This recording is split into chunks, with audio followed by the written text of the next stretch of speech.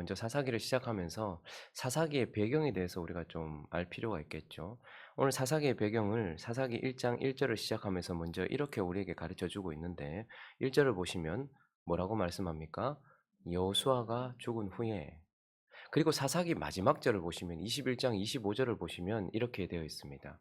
그때에 이스라엘에 왕이 없으므로. 그러니까 이 사사기는 여호수아가 이스라엘 백성들과 함께 이스라엘 백성들을 가나안 땅으로 인도하고 전쟁을 치르고 중요한 전쟁들을 다 치르고 난 이후에 여호수아가 하나님께로 떠나고 난 이후에, 그리고 하나님이 세우시는 왕, 그 왕과 그 왕의 나라, 그 나라가 세워지기 전 그 사이 한 350년 정도 되는 그 기간을 배경으로 하고 있고, 공간적인 배경은 그들이 약속의 땅, 평안의 땅, 안식의 땅으로 들어간 그 가나안 땅에서 한 350여 년 동안 여호수아가 하나님께로 떠나고, 그리고 하나님이 세우시는 왕과 그의 나라가 세워지기 전 그 사이에 일어났던 것을 배경으로서 우리에게 주어진 말씀이고, 그 기간 동안 그곳에서 일어났던 특별히 사사기의 내용은 무엇을 담고 있습니까? 우리가 잘 아는 것처럼 그 350년 정도 되는 기간 내내 하나님의 백성들이 하나님께 배도했던 이야기, 그리고 그런 백성들을 놓지 않고 하나님은 계속해서 그들을 징계하시고 그들을 치셨던 이야기. 그러니까 쉼과 평안이 있는 땅에 들어갔던 그들이 한 번도 제대로 쉬지 못하고 무거운 짐을 지고서 수고하는 이야기. 그리고 젖과 꿀이 흐르는 약속의 땅으로 들어갔지만 그들은 가시에 찔리고 고통을 당하는 이야기. 이것이 바로 사사기입니다. 그런데 이 사사기가 우리에게 더욱더 암울하게 느껴지는 이유는 이 350년이라는 기간 동안, 그리고 우리가 사사기를 읽는 내내 마치 반복되는 것처럼 느껴지지만, 그러나 사사기가 우리에게 비극적인 이유는 이 상태와 이 현상들이 점점점 더 심각해지고 거의 치료 불가능 정도로 계속해서 더 나빠진다라는 거예요. 사람들은 사사기가 반복된다라고 생각을 합니다. 그래서 하나님의 백성들이 범죄하면 하나님이 그들을 여러 민족들을 통해서 찌르시고 치심으로써 징계하시고, 그러면 징계를 받는 그들이 고통 가운데서 하나님께 부르짖게 되고, 그러면 하나님께서 그 부르짖음을 들으시고 사사들을 세워서 그들을 구원하는 이야기. 그래서 사이클이 계속해서 돈다라고 생각을 해요. 그러나 사실 단순하게 반복되는 것이 아니고 그들은 이러한 반복적인 사이클을 돌지만 점점점 마치 나선형처럼 내려가서 그 상태가 더 심각해진다는 것을 보게 됩니다. 왜냐하면 오늘 1장에 나타나는 온니엘이라는 사람, 이 사사, 처음 세워진 사사는 믿음으로 싸우기도 하고 하나님의 뜻을 향해 달려가기도 하는 그러한 모습을 우리에게 보여줘요. 그러나 마지막에 나타나는, 사사기가 쭉 진행되다가 마지막에 나타나는 삼손이라는 사사를 보면 이 사람이 사사인가 싶을 정도로 상태가 온니엘과 비교해 봤을 때 상당히 수준이 낮다라는 것을 우리는 또 보게 돼요. 그리고 사사기를 보면 그들이 하나님께 범죄한 기간은 짧아요. 처음에는. 그리고 그들이 하나님께 부르짖고 나면 하나님이 그들을 건져 주셔서 평안을 누리는 기간이 길어요. 근데 가면 갈수록 우리가 확인해 보겠지만 뒤쪽으로 가면 그들이 평안을 누리는 기간은 거의 없어요. 그리고 계속해서 징계를 당하고 압력 가운데서 고통을 당하는 시간들이 점점 길어진다라는 거예요. 그리고 처음에는 고통 가운데 이스라엘 백성들이 부르짖기도 합니다. 그러나 삼손 때에 가면 아예 부르짖지도 않습니다. 부르짖지도 않았는데 하나님이 삼손을 세워주시는 그런 것들을 보면서 사사기는 하나님께서 주신 쉼과 평안과 안식의 땅에서, 하나님이 약속하신 젖과 꿀이 흐르는 땅에서 그들이 점점점 하나님을 떠나서 하나님이 점점점 더 강도 높은 강도로 그들을 징계하시는 슬픈 이야기를 우리에게 보여주고 있다라는 것입니다. 자, 그러면 이제 우리가 사사기를 통해서 쭉 그 이야기들을 쭉 살펴볼 텐데, 그러면 이 사사기를 처음 시작하는 이 장면에서 왜 그들은 그렇게 심각한 상태가 되었을까? 왜 그들은 점점점 비관적이고 비참한 상태가 되었을까? 그 원인이 되는 불안 요소들이 무엇인가? 그 원인이 무엇인지 그 단서를 좀 찾아보려고 합니다. 그래서 오늘 이 사사기를 열면서 왜 그들은 하나님을 점점점 떠나서 치료 불가능한 상태까지 되었고 그렇게 비참한 상태가 되었는가? 그 단서 첫 번째는 바로 그들이 사명과 멀어졌기 때문입니다. 사명과 멀어졌다라는 것을 우리가 보게 됩니다. 자, 우리 사사기 1장 1절을 다시 한번 읽어볼까요? 시작. 여호수아가 죽은 후에 이스라엘 자손이 여호와께 여쭈어 이르되 우리 가운데 누가 먼저 올라가서 가나안 족속과 싸우리이까? 오늘 이스라엘 백성들이 약속의 땅에 들어가서 이제 그곳에서 여호수아는 갔지만 여전히 여호수아를 통해서 그들에게 주었던 사명이 있다는 것을 알게 됩니다. 이스라엘 백성들이 가나안 땅에서 나왔어요. 그리고 광야를 거쳐서 하나님을 경험했습니다. 그리고 그 땅으로 인도할 구원자 여호수아와 함께 가나안 땅으로 들어왔단 말이죠. 그런데 여호수아가 하나님께로 떠났고 그 이후에 그들은 가나안 땅에 들어왔기 때문에 이제 아무것도 안 해도 되는 것이 아니라 하나님께서는 정확한 명령 두 가지를 사명을 주셨습니다. 그 첫 번째는 무엇이냐면 싸움이에요. 오늘 본문에도 보면 1절도 싸움으로 시작하는 걸 보게 되죠. 우리가 보통 약속의 땅 가나안 땅 요단강을 건너 가나안 땅에 들어갔다는 걸 마치 천국으로 비유할 때가 많아요. 이스라엘 백성들이 구원받았고 광야 지나서 이제 요단강 건너서 가나안 땅에 들어갔다 천국 들어갔다 이렇게 생각을 해요. 그러나 거기 가나안 땅에 들어갔다는 것은 이제 뭐죠? 거기 남아 있었던 그 땅을 더럽혔던 옛사람들 가나안 족속들과의 싸우는 싸움이 그들에게 사명으로 주어져 있었다는 말입니다. 우리가 구원받고 광야를 지나 약속의 땅에 우리도 들어왔어요. 우리의 사명은 무엇일까요? 이제 구원받았다. 이제 뭐 잘 살다가 천국 가면 된다. 이게 아니고 이제부터 또 다른 사명이 무엇입니까? 싸움이에요. 무슨 싸움요? 이 땅을 더럽혔던 옛사람들과의 싸움. 그 싸움이 있다라는 것이죠. 그래서 단순한 정복이 아닙니다. 여호수아를 통하여서 중요한 모든 거점들을 다 쳤어요. 여리고성을 치고 중간으로 치고 들어가서 아이성을 치고 남쪽과 북쪽으로 치면서 중요한 승리를 다 거두어 주었어요. 여호수아가. 그런데 이제 남은 것은 무엇입니까? 여호수아가 죽고 난 이후에 남아있는 옛사람들을 제거하면서 그들과 싸우는 것이 남아있었단 말이죠. 그러니 이들은 단순한 정복, 단순한 일시적인 승리가 아니라 정착해야 되는 그래서 싸워야 되는 사명이 있었다라는 것이죠. 그게 첫 번째 사명이고 또 하나의 사명은 그들이 정체성을 지키는 거예요. 그러니까 정착을 하고서 거기서 그 옛사람들을 닮지 않는 거예요. 거기에서 400년 동안이나 하나님께 죄악을 저질렀던 가나안 족속들을 그들과 싸워서 그 땅에 정복이 아니라 정착하고 이제 옛사람들처럼 옛사람과 닮지 않은 정체성을 지키는 것, 이것이 그들의 사명이었다는 말이죠. 자, 그런데 오늘 본문을 보면 이제 이 사명을 잘 감당하는 것, 첫 번째 사명이 무엇입니까? 옛사람과 싸우는 거예요. 그 땅에는 아직 옛사람들이 남아 있었거든요. 새로운 피조물이 된 하나님의 백성들이 그 땅에 들어왔고 이제 옛사람과 싸우는 사명을 처음에는 잘 감당하는 것 같아요. 오늘 우리가 누가 올라가서 싸우리까? 유다가 올라가라. 그러니까 올라가서 승리를 거두는 이야기들이 나와요. 그러나 1장이 채 넘어가기도 전에 27절을 한번 가보실까요? 27절을 한번 읽어주십시오. 시작.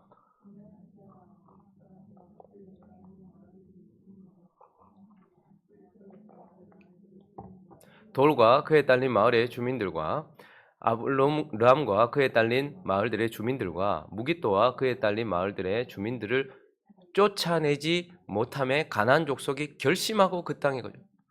자, 처음에는 승리하는 것 같아요. 옛사람과 싸우는 그 사명을 잘 감당하는 것 같아요. 그런데 채 1장도 넘어가기 전에 참 심각한 상태거든요. 아주 불안 요소가 보이는데 그들이 쫓아내지 못한다라는 것을 보게 돼요. 그런데 더 심각한 불안 요소가 보입니다. 28절로 넘어가 보시면 시작.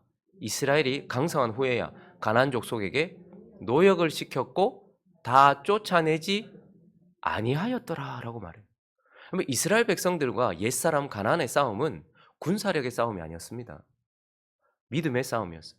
여리고성을 무너뜨렸던 것도 아이성을 무너뜨린 것도 크기와 군사력에 있었던 것이 아니라 그들의 믿음에 있었던 것이죠. 그런데 그들이 처음에는 온니엘과 같은 유다가 믿음으로 싸웠을 때는 승리해요. 그런데 시간이 지나면 지날수록 그 족속들과의 이 개인적인 전투 가운데서 12지파가 따로따로 이렇게 전투를 하고 있거든요. 그런데 거기에서 어떻게 합니까? 쫓아내지 못하기 시작해요. 그들은 철기를 가졌고 우리는 청동을 가졌기 때문입니까? 물론 그런 요소도 있겠죠. 그러나 그들의 믿음이 약해지고 있다는, 사명에 대한 믿음이 약해지고 있다는, 옛사람과 싸워야 된다는 이 사명감이 약해지고 있다는 것을 우리는 보게 돼요. 거기다가 그들이 강성했음에도 불구하고 이제 뭐합니까? 쫓아내지 못하는 게 아니고 쫓아내지 아니하는 것을 보게 돼요. 믿음을 포기하게 되는 것을 보게 됩니다. 아주 불안한 요소가 벌써 사사기의 시작부터 있는 것입니다. 그리고 오늘 우리가 읽었던 이 본문 말씀에도 또 하나의 아주 매우 위험한 징후가 보이는데 4절을 한번 보시면요. 유다가 올라가매 여호와께서 가나안 족속, 그러니까 유다가 올라갔지만 하나님이 유다를 이기게 하신 것이 아니라 여호와께서 가나안 족속과 브리스 족속을 그들의 손에 넘겨주셨어요. 그러니까 하나님이 승리하게 하셨죠. 자, 그러니까 승리를 거두었어요. 그래서 베색에서 10,000명이나 죽였습니다. 그런데 또 그 베색에서 그 베색의 왕 아도니 베색을 만났어요. 그와 싸워서 가나안 족속과 브리스 족속을 이겼는데 6절을 읽습니다. 시작. 아도니 베색이 도망하는지라 그를 쫓아가서 잡아 그의 엄지손가락과 엄지발가락을 잘랐다. 여러분, 승리한 것은 좋아요.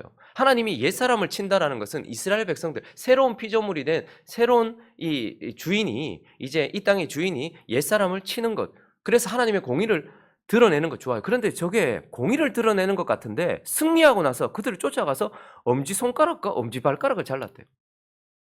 왜 저렇게 했을까요? 저것은 저 당시 고대 시대에 승리한 왕이 상대방에게 아주 모욕적인 수치를 주는 행위이기도 하고, 엄지손가락과 엄지발가락을 자르면서 아예 영원히 칼을 잡지 못하게 만드는, 전투력을 상실하게 만드는 행위이기도 하고, 그리고 자기의 승리를 주변에 있는 여러 왕들에게, 여러 족속들에게 드러냄으로써 겁을 주는 행위이기도 한 고대 시대의 아주 잔인한 모습을 보여주고 있는 거예요. 그런데 이것이 그 당시에 있었던 고대 시대의 잔인한 모습만 보여주는 것이 아니고 심각한 것은 7절을 읽어보겠습니다. 7절 시작. 아도니베색이 이르되 옛적에 70명의 왕들이 그들의 엄지손가락과 엄지발가락이 잘리고 내 상 아래에서 먹을 것을 줍더니 하나님이 내가 행하신 대로 내게 갚으심이로다 하니라. 자, 단순히 보면 하나님이 그대로 있는 대로 보응하신 것 같아요. 그런데 하나님이 이스라엘 백성들에게 이렇게 하라고 말한 적이 없어요. 자, 엄지손가락과 엄지발가락을 자르는 그 당시에 고대 시대의 전쟁에 승리한 잔인한 왕들의 모습이기도 하지만 이 모습이 고스란히 보니까 아도니 베색이, 그러니까 그 땅의 옛사람 아도니 베색이 했던 그 모습을 고스란히 지금 이스라엘 백성들이 승리 가운데서 닮아 있다라는 것을 우리는 보게 돼요. 하나님은 공의를 드러내시는 분이지 잔인함을 드러내시는 분이 아닙니다. 그런데 아도니 베색이 자기의 승리를 드러내고 상대방에게 수치와 모욕감을 주며 영원히 전투력을 상실시키며 주변을 겁주기 위한 협박용으로 했던, 이것은 사실 옛사람의 모습이었는데 오늘 유다가 그 옛사람의 모습을 고스란히 흉내내고 닮아가고 있다라는 것을 우리는 보게 되는 것입니다.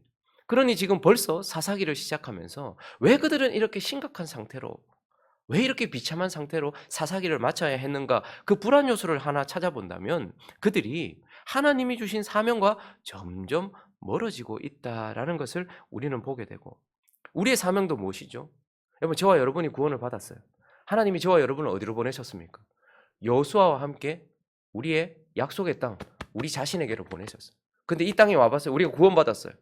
우리 안에 뭐가 남아있습니까? 옛사람이 남아있어요. 이제 우리의 사명은 무엇입니까? 이 옛사람과 싸우는 거예요.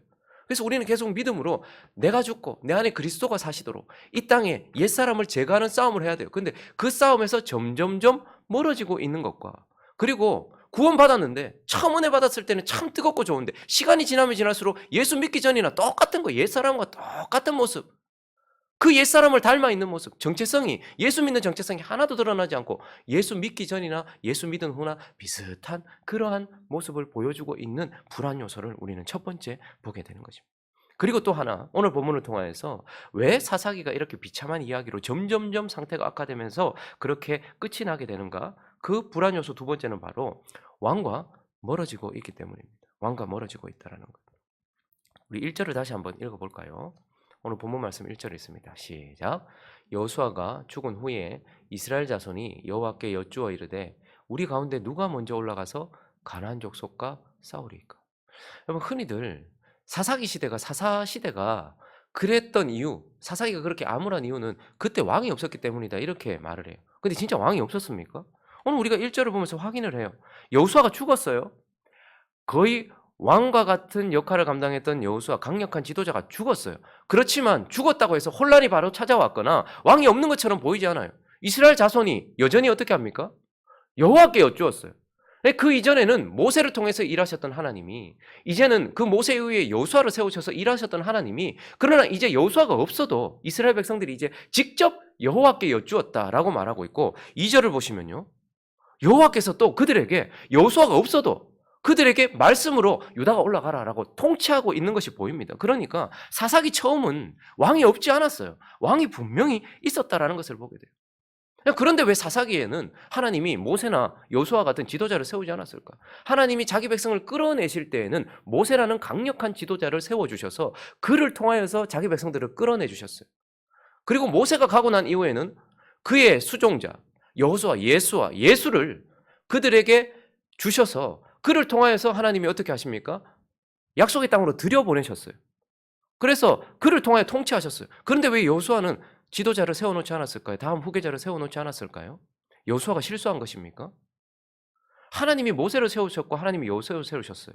근데 여호수아 이후에 이거 세우지 않았던 이유는 하나님이 이제 이 약속의 땅으로 여호수아 예수를 통해서 들어온 자들을 이제 어떻게 하시기 원하신 거예요? 직접 통치하기를 원하셨던 거예요.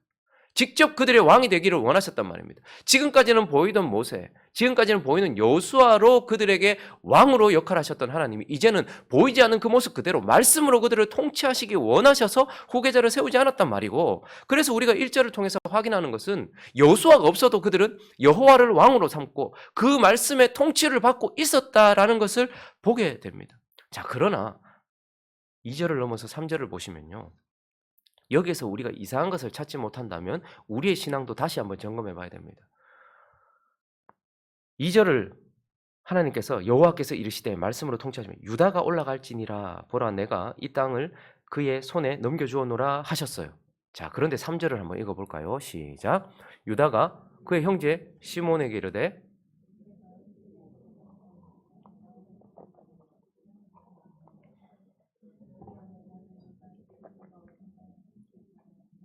이에 시몬이 그와 함께.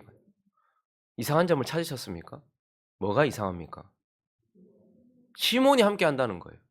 근데 이걸 보면서 그래 시몬이 함께 근데 이게 뭐가 잘못인데 이렇게 생각이 든다면 우리의 신앙을 다시 한번 점검해 봐야 됩니다. 하나님은 명확하게 말씀으로 그들을 통치하시고 그분이 뭐라고 말씀하셨냐면 누가 올라갈까요? 누가 먼저 싸울까요? 하니까 유다가 올라가라라고 말했습니다. 유다가 시몬과 같이 가라라고 말씀하신 적이 없었어요. 유다가 올라가라라고 얘기해요. 그 이후에도요. 유다가 시몬하고 같이 올라갔지만 성경은 계속해서 유다가 올라갔다라고 말하지 유다가 데리고 갔던 그리고 시몬이 작정하고 같이 올라갔던 시몬의 이야기는 전혀 나오지 않아요. 3절을 보십시오. 유다가 그의 형제 시몬에게 이르되 내가 제비 뽑아 얻은 땅에 나와 함께 올라가자. 하나님이 말씀하지 않았는데 갑자기 왕이신 하나님이 통치하시던 그분의 말씀에 뭔가 덧붙여지기 시작하는데 그것이 무엇이냐면 자기 자신의 소견이 들어가기 시작해요.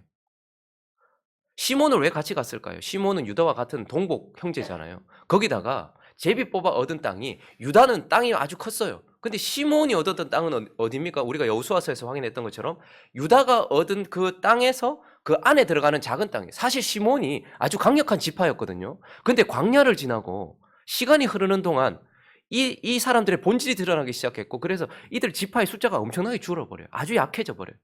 그리고 그들이 얻었던 땅도 유다 지파 안에 마치 이게 요만한 땅을 얻었거든요. 그러니까 유다가 생각해 봤을 때는 어차피 네 땅이나 내 땅이나 거의 접경 우리 속에 있는데 같이 가서 싸우자 이렇게 된 거예요.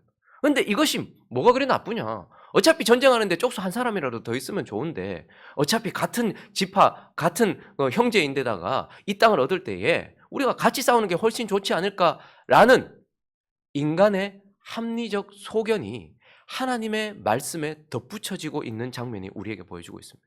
그리고 또 하나 그들이 이렇게 자기의 소견 아주 합리적이고 괜찮아 보이는 그러한 소견이 나올 수 있었던 것은 무엇이냐면 그 이전의 경험에서부터 나왔어요. 이스라엘 백성들이 싸울 때에 여러분 요단을 건너서 가나안 땅이 그들에게 약속의 땅으로 주어졌었지만 그러나 루벤, 갓, 므낫세, 반지파 뭐 이런 지파들은 동편을 얻었잖아요. 그런데 그때에 그들이 그 땅을 얻었어도 뭐라고 말합니까?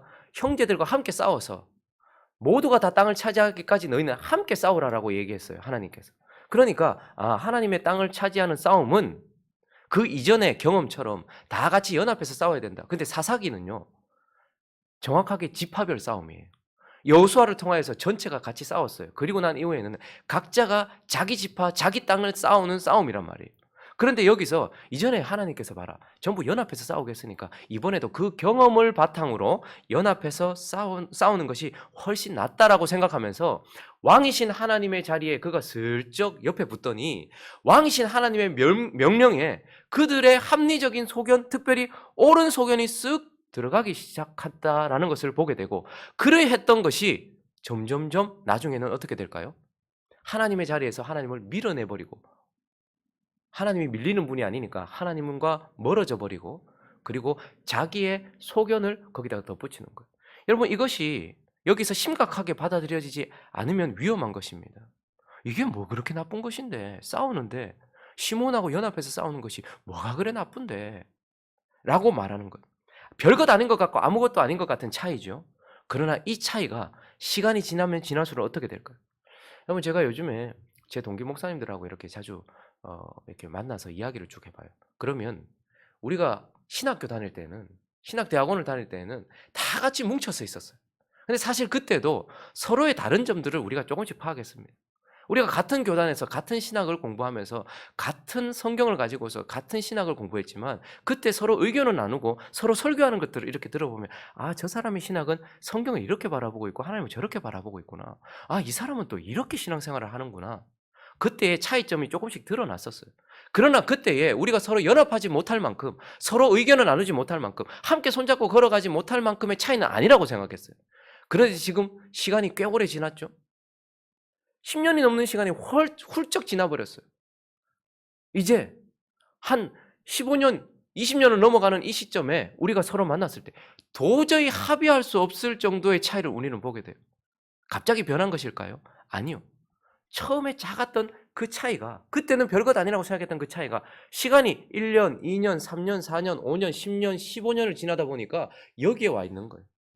여기서 그들은 하나님께서 말씀한 유다가 올라가라 라고 말한 것에 그들의 합리적인 소견과 그들의 경험을 바탕으로 했던 이 자기의 옳은 소견을 덧붙였지만, 그러나 우리가 다시 한번 사사기 마지막 21장 25절을 다시 한번 읽어보시면 어떻게 됩니까? 그때에 이스라엘에 뭐라고요? 왕이 없으므로 사람이 각기 자기의 소견에 옳은 대로 행하였더라. 그러니까 처음에는 하나님과 내가 같이 붙어 서 있다가, 그리고 하나님의 말씀에 내 의견을 놓았다가, 나중에는 시간이 지나서 사사기 21장 마지막에 와보니까 어때요? 왕을 아예 무시해버렸고 하나님의 말씀을 자기의 옳은 소견으로 대체해버렸단 말입니다. 그래서 문제는 무엇이냐면, 하나님의 백성들에 있어서 문제는 무엇이냐면 우리의 잘못이 아니에요. 하나님의 백성들에게 있어서 가장 큰 문제는 자기의 옳음, 이것이 하나님의 말씀을 대체한다는 거예요. 여러분, 교회에서 일하다고 한번 생각해 보십시오. 나쁜 의견 내는 사람들이 있습니까? 전부 교회 잘못되자고 말하는 사람들이 있습니까? 저는 그런 사람들 본 적이 없습니다. 들어보면 다 일리가 있어요. 그런데 그게 전부 다 무엇이 문제냐면 하나님의 말씀이 아니라 각자의 소견, 그것도 옳은 소견이 문제더란 말입니다. 우리는 나쁘면 문제라고 생각하는데 옳은 소견을 하나님의 말씀에 대체하는 게 문제고, 그래서 점점 하나님을 밀어낸다는 게 문제예요. 그래서 약속의 땅에 들어온 하나님의 백성들에게 있어서 문제는 하나님의 말씀을 나의 옳음으로 대체한다는 것이고, 하나님을 구원자로는 인정을 해요. 그런데 주로는 인정을 하지 않는다는 게 문제입니다. 주님이시다 하는 것은 거기에 노예되고 종된 우리가 덧붙일 게 하나도 없는 거예요. 주인이 가 하면 가는 것이고 와 하면 오는 것인데, 가 하면 조금 이따 가겠습니다, 와 하면 같이 오겠습니다. 이거는 말이 안 되는 소리거든요. 그런데 여호수아라는 예수 구원자를 통해서 약속의 땅에 들어올 때는 그들이 덧붙이는 게 하나도 없어요. 예수를 구원자로는 인정을 해요. 그런데 이제 구원자와 함께 약속의 땅에 들어왔어요. 근데 이제 약속의 땅에 들어오고 나서는 우리는 그를 그리스도로는 인정을 하는데, 구원자로는 인정을 하는데 주로는 인정을 안 해요. 그래서 구원받아서 이제 약속의 땅에 들어온 우리가 계속 하나님 말씀하시는데도 이래 해야 됩니다, 저래 해야 됩니다, 이것이 옳습니다, 저것이 옳습니다, 이렇게 말하면서 그분의 주대심을 인정하지 않는 것, 이것이 문제고, 오늘 사사기가 시작되는 이 지점에 우리는 그 위험 요소 두 번째를 보게 되는 것입니다. 왕과 점점 멀어지는 우리 자신과 우리의 옳은 소견, 이것을 보게 되는 것입니다. 말씀을 정리하겠습니다. 그럼 사사기는 지금 우리의 현실을 너무 정확하게 반영해 주는 것 같아요. 사사기의 배경과 지금 우리가 살고 있는 배경이 너무 닮아 있다는 것을 보게 돼요. 사사기의 배경이 무엇입니까? 우리를 구원으로 인도했던, 약속의 땅으로 인도했던 여호수아가 하나님께로 가고 난 이후예요. 그리고 하나님이 세우신 왕, 사실 사울이 아니라 그건 사람들이 세운 왕이었고, 하나님이 세우신 왕 다윗과 다윗의 나라가 세워지기 전 그 기간 동안 있었던 요 기간이잖아요. 근데 지금 우리도 동일해요. 우리를 약속의 땅, 구원으로 인도하신 예수 그리스도가 하나님께로 가셨어요. 그리고 이제 그분은 다시 이 땅을 왕으로 오실 것이고 하나님의 나라를 시작하실 것입니다. 근데 그 사이에 우리도 지금 있는 것 아닙니까? 예수는 하나님께로 가셨습니다. 그리고 그분은 다시 오셔서 영원한 하나님의 나라를 시작하실 것입니다. 영원한 다윗이신 예수 그리스도의 나라를 시작할 거예요. 그런데 우리도 지금 그 시기에 사사기 백성들이 걸어갔던 그 시기에 우리도 동일하게 서 있어요. 자, 그런데 우리는 어떻습니까? 이 시기에 그들과 똑같은 사명을 받았어요. 우리는 옛사람과 싸우는 사명을 받았습니다. 여러분, 옛사람과 싸우고 계십니까? 우리는 옛사람과 같아지지 말아야 될 우리의 정체성을 지키는 싸움을 지금 받았단 말입니다. 여러분, 지금 예수 믿기 전이나 예수 믿은 후나 지금 어떻습니까? 내 안에 남아있는 이 옛사람과 싸우면서 이 내 안에 있는 남아있는 옛사람과 닮아가지 않는 싸움을 하고 있느냐 이 말입니다. 그때나 지금이나 닮아있는 것은 아닌지 우리 자신을 점검해야 합니다. 그리고 지금 약속의 땅에 들어온 우리가 왕이신 그분을 주로 그리스도로만 인정하는 것이 아니라 주로 인정하고 계십니까? 그래서 나의 옳음과 나의 합리적인 소견이 그분의 말씀을 대체하지 않고 있느냐, 이것을 살펴봐야 되겠죠. 우리의 모습을 살펴보면서 우리도 사사기처럼 그렇게 결국 왕이 세워지기 전까지 우리도 사사기 마지막 21장 25절로 그때의 왕이 없으므로 각기 자기의 소견에 옳은 대로 행하였더라라고 말하면서 하나님의 진노를 살 모습으로 서 있는 것은 아닌지 우리 자신을 돌아보면서 이 사사기가 진행되는 동안 그들의 모습을 살피면서 우리를 점검하고 우리 자신을 계속해서 변화시켜가는 저와 여러분 되시기를 예수 그리스도의 이름으로 축원합니다.